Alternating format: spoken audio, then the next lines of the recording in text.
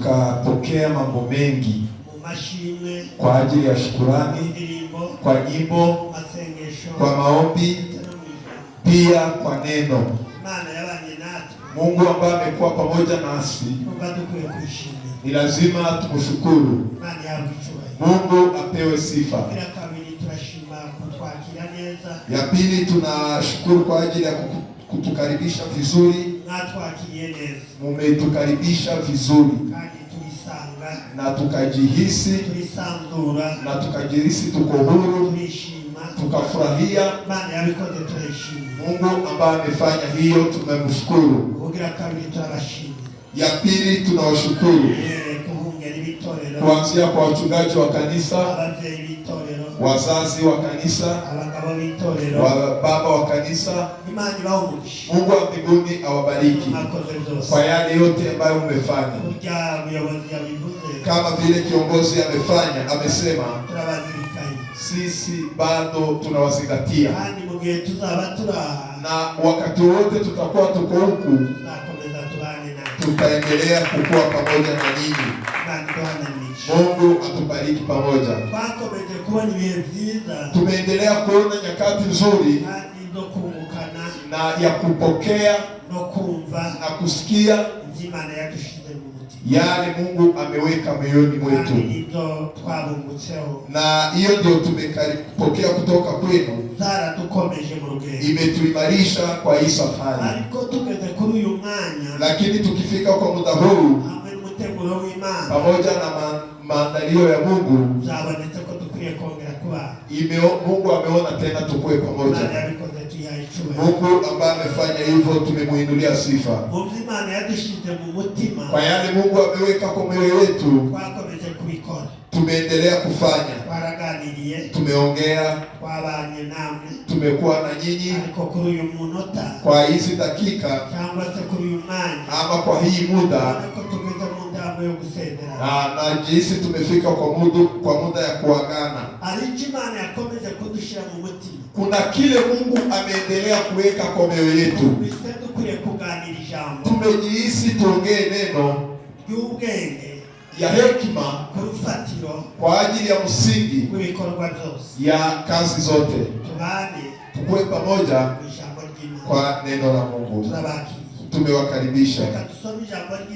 Tutasoma neno la Mungu ili tutumie muda wetu vizuri. Pia tuko na yule ambaye anatusaidia kusoma kwa ajili ya kusoma. Kwa hivyo tumemkaribisha ili tukue pamoja na yeye kwa neno. Tuangalilie pamoja neno Yakobo sura 3 na mstari wa 7. 3 mstari wa 17 kwa kitabu cha Yakobo. Pia tutasomea kwa Hosea 14 mstari wa 10. Tutakuja kukamilisha kwa unabii wa Danieli 12 mstari wa 10. Tutaendelea kupitisha muda wetu tukiharakisha ili tutumie muda wetu vizuri. Tumesema tutaongea kuhusu hekima kama msingi wa mambo zote, ya kazi zote ambazo tunafanya, na mwelekeo wetu wote ni hapo. Tusome Yakobo 3:17. Yakobo 3 mstari wa 17. Ariko ubwenge buva mu ijuru, irya mbere buraboneye, kandi n'ubw'amahoro, n'ubw'ineza, bwemera kugirwa inama, nuzuye imbabazi n'imbuto nziza, butarobanura ku butoni, kandi butagira uburyarya. Amen. Amen. Hosea 14 mstari wa 10.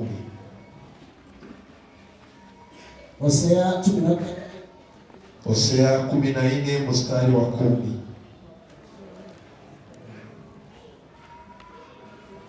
Hosea 14 mstari wa 10.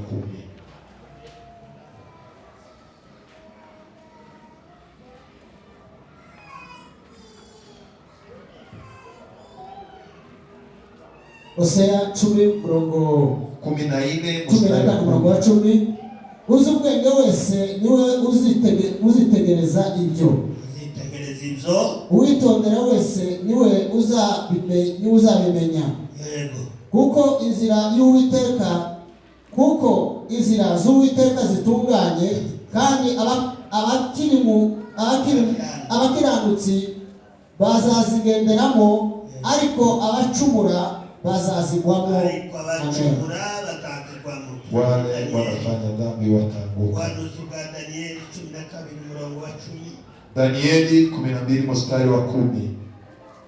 Danieli 12 murongo wa 10. Benshi bazatunganywa, bazacishwa mu ruganda, ariko ababi bazakomeza gukora ibibi, kandi nta n'umwe muri bo uzayamenya, ariko abanyabwenge bazayamenya. Amen. Lakini wale wa hekima wataijua. Inulie Mungu sifa. Haleluya. Haleluya. Haleluya. Haleluya. Lakini wale wa hekima watajua. Bene data natekereje ibintu byinshi. Nimefikiria mambo mengi. Ariko nsanga urufatiro rwa byose. Nikapata msingi wa mambo yote. Dukora byose. Ili ile yote tunafanya tuzalire umusaruro. Ikuwe na mazao kwetu. Nikaona inabidi tuwe na hekima ili tufanye kazi ya Mungu, ili tukue rafiki wa Mungu, ili tumfurahishe Mungu, ili tuweze kazi ya Mungu. Neno la Mungu linatuonyesha hekima, na hii hekima tunaiona kwa aina mingi, na tunaifunza kwa mambo mengi na aina tofauti. Kuna hekima tunatoa kwa masomo ambayo ni ya kufanya kazi za muhimu, ambayo inaweza kuwa ni ya muhimu kwetu, inaleta faida kwetu kwa kazi zetu. Kama tuko hapa kwa hii kanisa, imejengwa na wale wa hekima, wale ambao wamesomea na wanaifanya na hekima, wanaiandaa vizuri. Ona tuko hapa, tuko smart, tuko huru, kila kitu kiko kwa muda wake, na hiyo tumepewa na wana hekima. Kuna hekima ya kufanya mambo mengine ya ujuzi. Teknoloji imefika mbali, na kuna wale ambao wamesomea wanaifanya mambo inakuwa mzuri na inaleta faida na inasaidia. Bila kuongea mambo mengi, tuende mbali. Hekima ni kitu ya maana sana. Pia mumeona watoto wetu ambao wamefunzwa vizuri, wanafanya mambo mazuri, wanafanya mambo mazuri, wanaongea Bible vizuri, wanaongea mambo ya kutufurahisha. Wale ambao wamewafundisha wanawafunza hekima. Lakini hiyo yote hatujataka kuongea hiyo yote. Ndugu, tunataka kuongea hekima ambayo inatoka mbinguni. Nitaongea mambo 9. Neno la kwanza ni yani ni takatifu. Ni takatifu, ni amani, inaleta amani na inakubali, yani kupewa advice ama kupewa ushauri, na imejaa rehema, pia na mbegu, matunda mazuri, pia matunda mazuri. Haiangalii kama wanadamu. Huyu ni huyu. Huyu ni huyu. Huyu ni huyu. Huyu ni huyu. Kirano mujanja. Hainanga unafiki. Haleluya. Haleluya. Mutungu mujanja. Hainanga unafiki. Ako kanu na bantu gatinda. Hiyo kitu nitakuja kuiongelea. Kuko kaba mutego. Hapo inakuanga na yani kizuizi kwa Wakristo. Kaba mutego. Inakuanga na mtego kwa Wakristo. Kaba mutego. Inakuanga na mtego kwa Wakristo. Ariko Paulo yashatse kubivuga neza. Lakini Paulo ameongelea vizuri. Yandikira Timotheo. Akiandikia Timotheo. Mwana yari yaratoje neza. Mtoto ambaye alikuwa amefunzwa vizuri. Ambaye alikuwa amemfunza vizuri. Akamwambia Mungu ambaye ninatumikia. Nikifuatilia mababu. Mungu ndio nimetoa kama mwanaume. Kwa sababu ninakukumbuka. Na ninakuombea.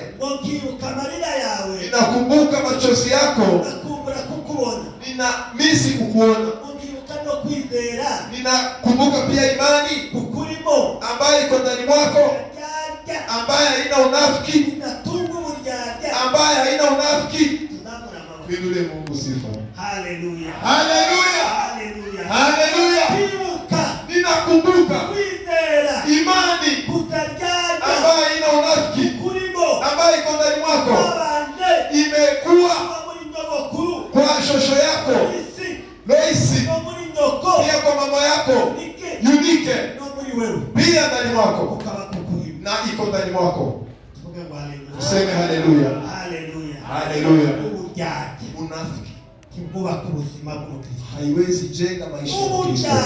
Unafiki haiwezi jenga maisha ya Kristo. Na wakati huo ambao tuko ndani, unafiki iko kila mahali.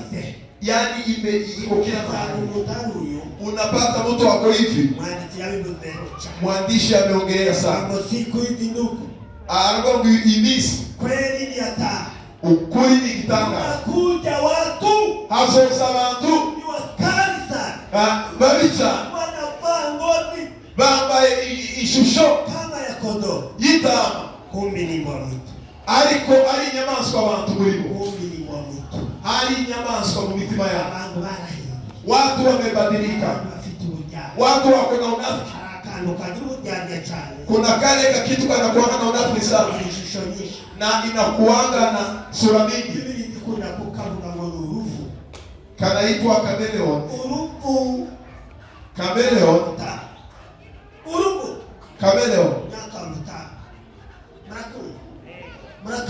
Mnakajua. Kao kanafanana na mahali kanafika. Kanaweza fika hapa. Kanakuwa black. Kakifika hapa. Kanakuwa white. Kakifika pale. Inakuwa nyeupe. Kanamaanisha nini? Watu wengi wanaenda wakibadilika. Na sometimes unaona ni hawa. Kesho unapata ni hawa. Hiyo ni unafiki. Na imetawala. Lakini hiyo si hekima ya kutoka mbinguni.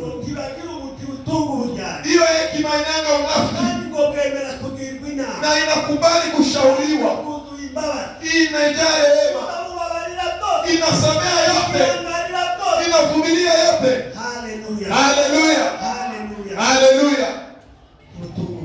Hainanga unafiki. Hainanga unafiki. Hainanga unafiki. Inakubali kushauriwa. Imejaa rehema na matunda mzuri. Lakini inapandwa kwa amani. Inapandwa kwa amani. Inapandwa vizuri. Inapandwa vizuri. Pole pole. Kwa ujasiri. Yani kwa kuchunguza. Inapandwa kwa amani. Na inaleta amani. Tupeane amani. Haleluya. Haleluya. Ambia ndugu yako amani ya Mungu iko pamoja na wewe. Mwambie amani ya Yesu iwe pamoja na wewe.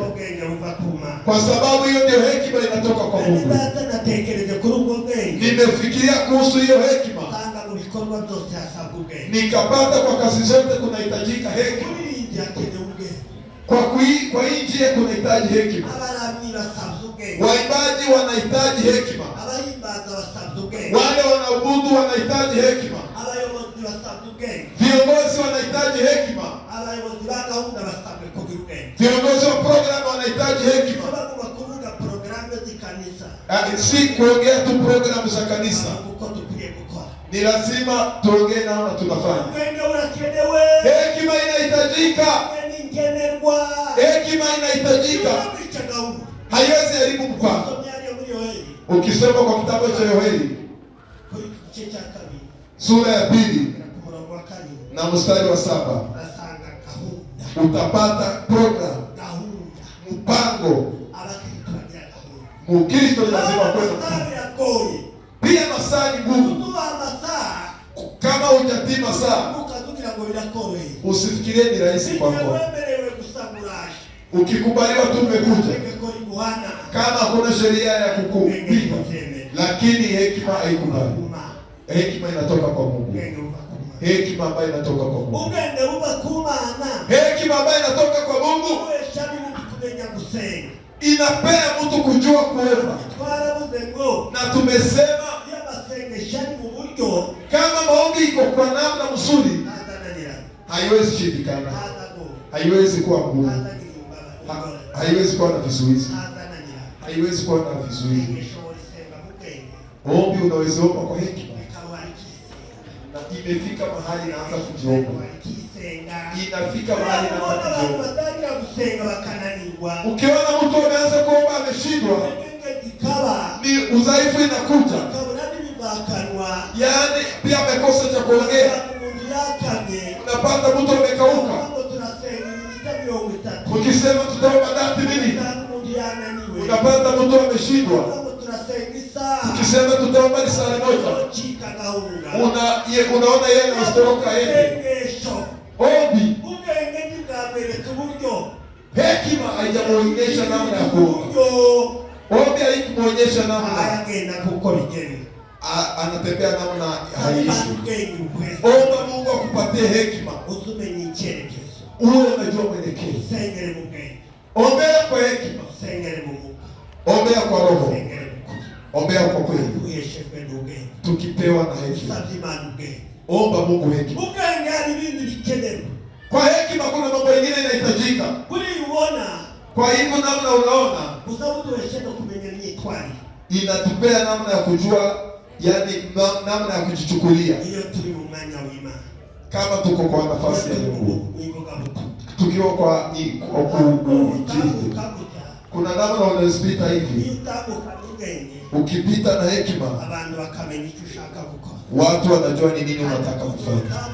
Lakini kuna namna na watu wanajua wewe, kwa sababu utembei na hekima. Lakini neno la Mungu linasema tukue na hekima kwa safari yetu. Tukue na hekima kwa mwelekeo.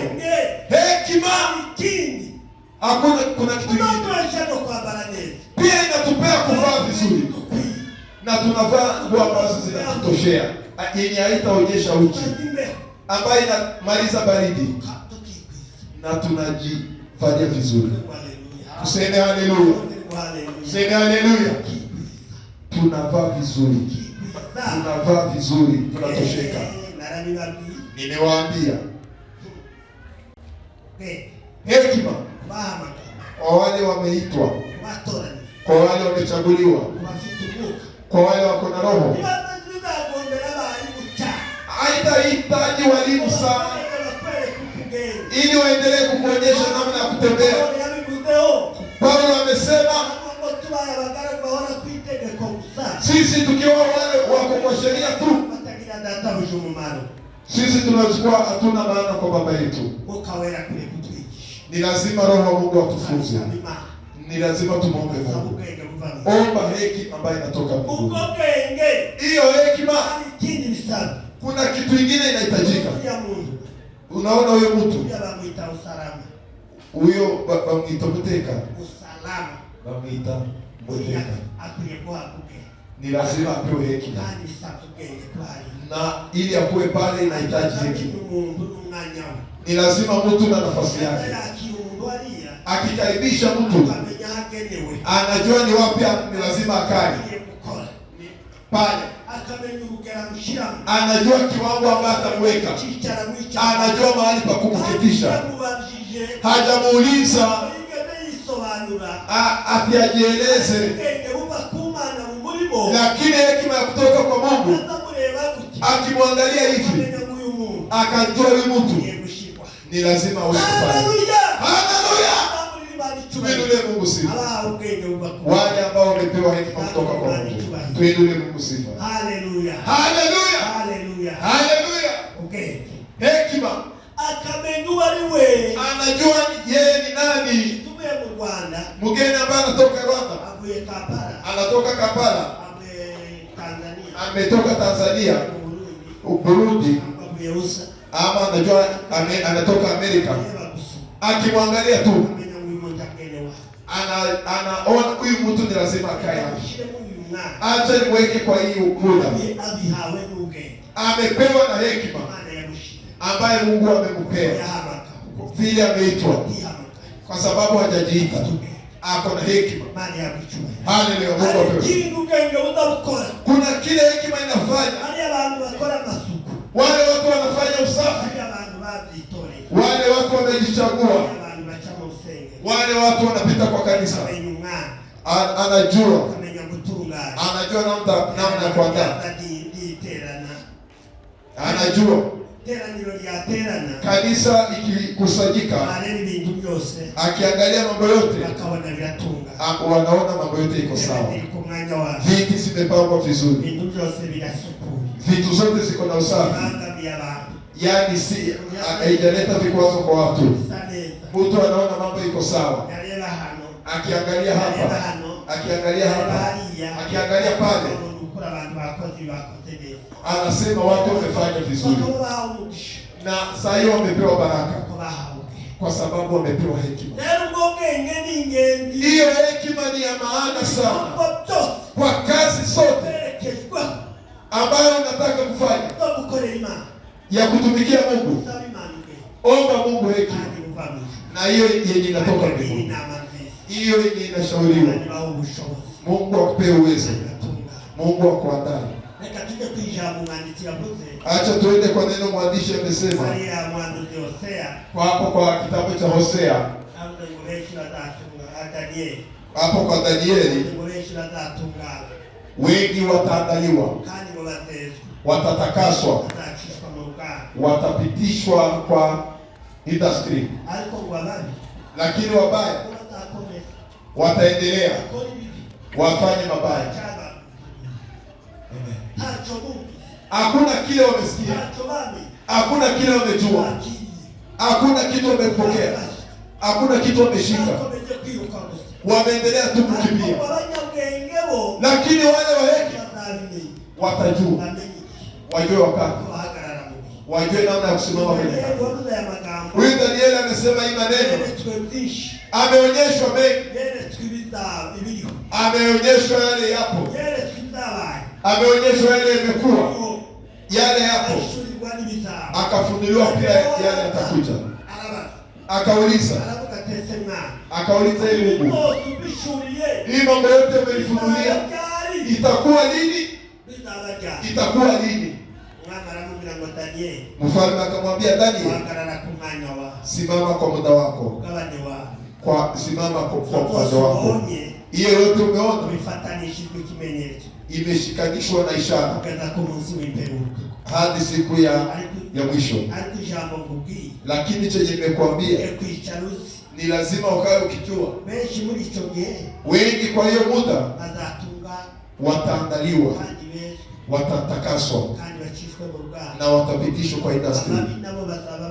Wabaya watakuwa wao, wataendelea kufanya mabaya na kwa ndani yao hawatajua. Lakini wale wa hekima ambao wamepewa na hekima na roho, ambao wameendelea kuwa mbele ya Mungu, watajua, wataelewa Haleluya, haleluya. Watajua, wataelewa. Hosea pia akaona. Tusomee pia Hosea 14 mstari wa 10. Kwa hiyo njia yenye unaangalia 14 mstari wa 10. Hosea, tusomee hapo, tumie muda vizuri. Hosea 14 mstari wa 10. Mstari wa 10 Hosea. Adusome Hosea 14 mstari wa 10, haravuga ngo uzi ubwenge wese, ule anajua hekima yoyote, niwe uzitegereza ibyo. Haleluya. Uwitonda wese niwe uzabimenya, kuko inzira z'Uwiteka zitunganye, kandi abakiranutsi bazazigenderamo, ariko abacumura bazazigwamo. Hekima. Hosea ametabiri, kasema yule anajua hekima yoyote ni yeye ataangalia. Yule anaenda pole pole atajua, kwa sababu njia za Mungu ni takatifu na wale watakatifu watapitia. Wale wanafanya dhambi, wale wanafanya maovu wataanguka. Yesaya pia amesema kutakuwa na njia pale, itakuwa njia takatifu. Wale wako na mioyo ya dhambi hawatapita kwa hiyo njia. Simba haitapatikana. Simba, yani mnyama yote mbaya mkali hatapatikana. Itakuwa ya wale hadi kama wale si wasomi hawatapotea. Wale wa hekima watajua. Wale wa hekima watajua. Nawaambia wale wa hekima watajua. Acha tuongee ubaya wa wale hawana hekima. Hadi wanaoisikuwa wamesoma. Ukisoma kwa 13 hadi tumesoma kwa Yakobo 13 3 mstari wa 13 inasema ndani mwenu ni nani mwenye hekima, yani aonyeshe tabia zake, kazi zenye anafanya.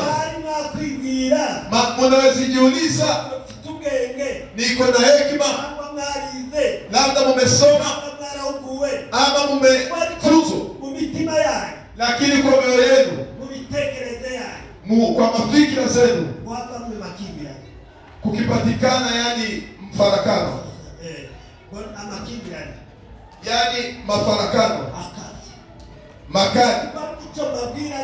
Lakini kile ninawaambia, hiyo si hekima kutoka mbinguni, si hekima ambayo iko ambayo inatoka kwa Mungu. Hiyo ni mnyama, nyama watu, ni ya wanyama watu. Pia hiyo hekima ni ya mapepo, hiyo haitoki kwa Mungu. Hekima ya kutoka kwa Mungu, yani imetakaswa, ni ya usafi, haiwezi kuwa kizuizi kwa watu wengine. Kwa kazi zote haiwezi kuwa kizuizi kwa watu wengine. Ukiona unafanya kazi yenye haijafurahiwa, kwanza jiswali, ujiulize vizuri kama uko hekima kutoka kwa Mungu.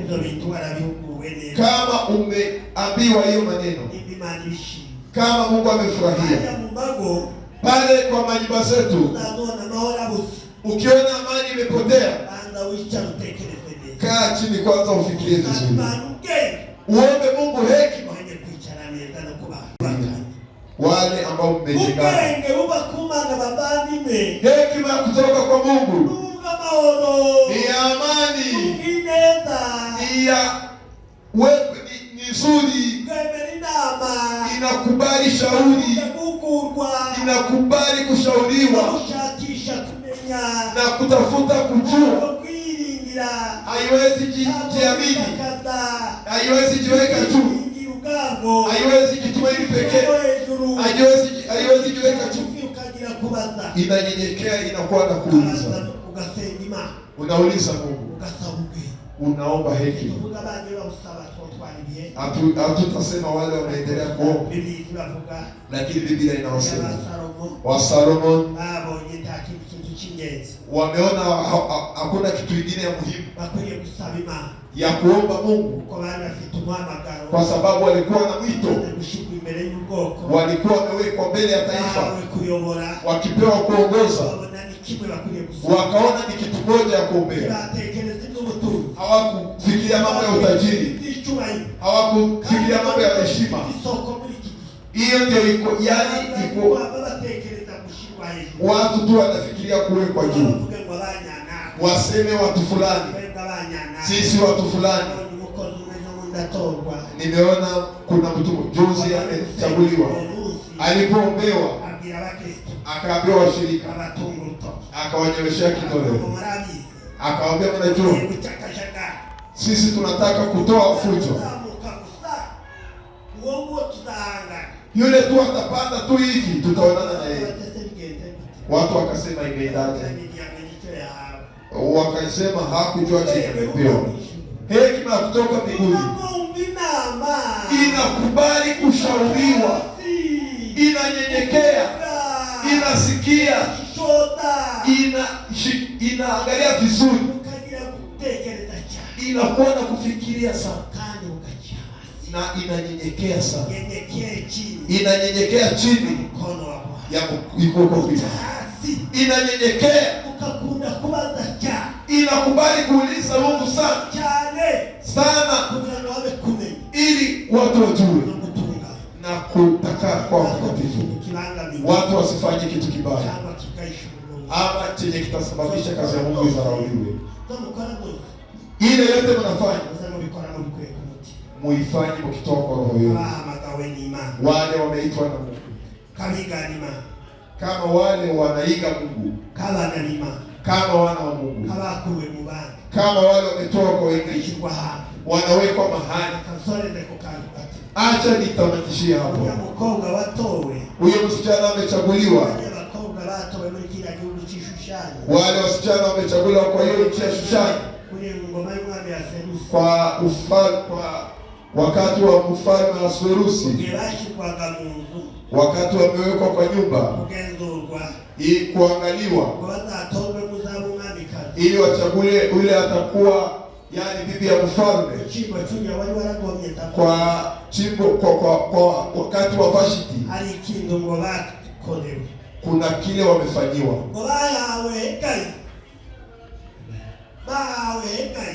Wamepewa Hegai ili awachunguze, aangalie, awapatie chakula, yani wakwe smart, awape kuvaa vizuri kwa siku ambazo zimeamuriwa, ili kuchaguliwa yule atakuwa bibi ya mfalme.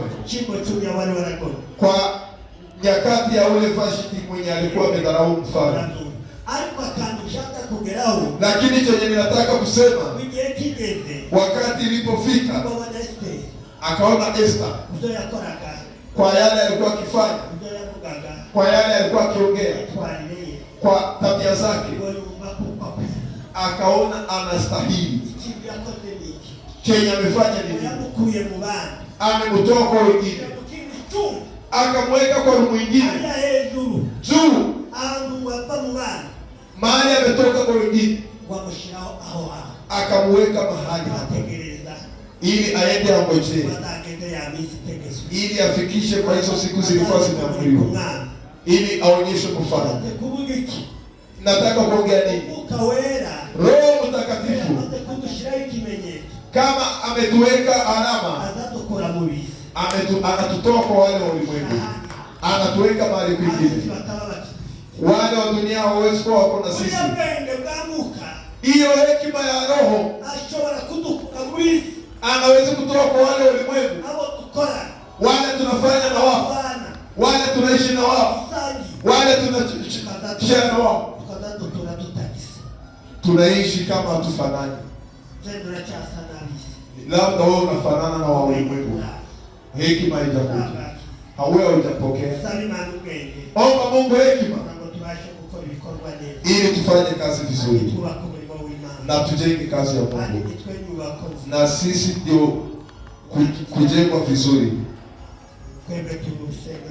Sisi ni kanisa la Mungu, ni lazima ionekane mbele ya Mungu na inastahili bila kuichafua. Nurwanduza, ukiichafua pia wewe utachafuka, kwa sababu wewe ni kanisa. Mwimbaji aliposema, amesema nimekuwa kanisa takatifu na nimeishi na Roho Mtakatifu, bado ninaongozwa na Yesu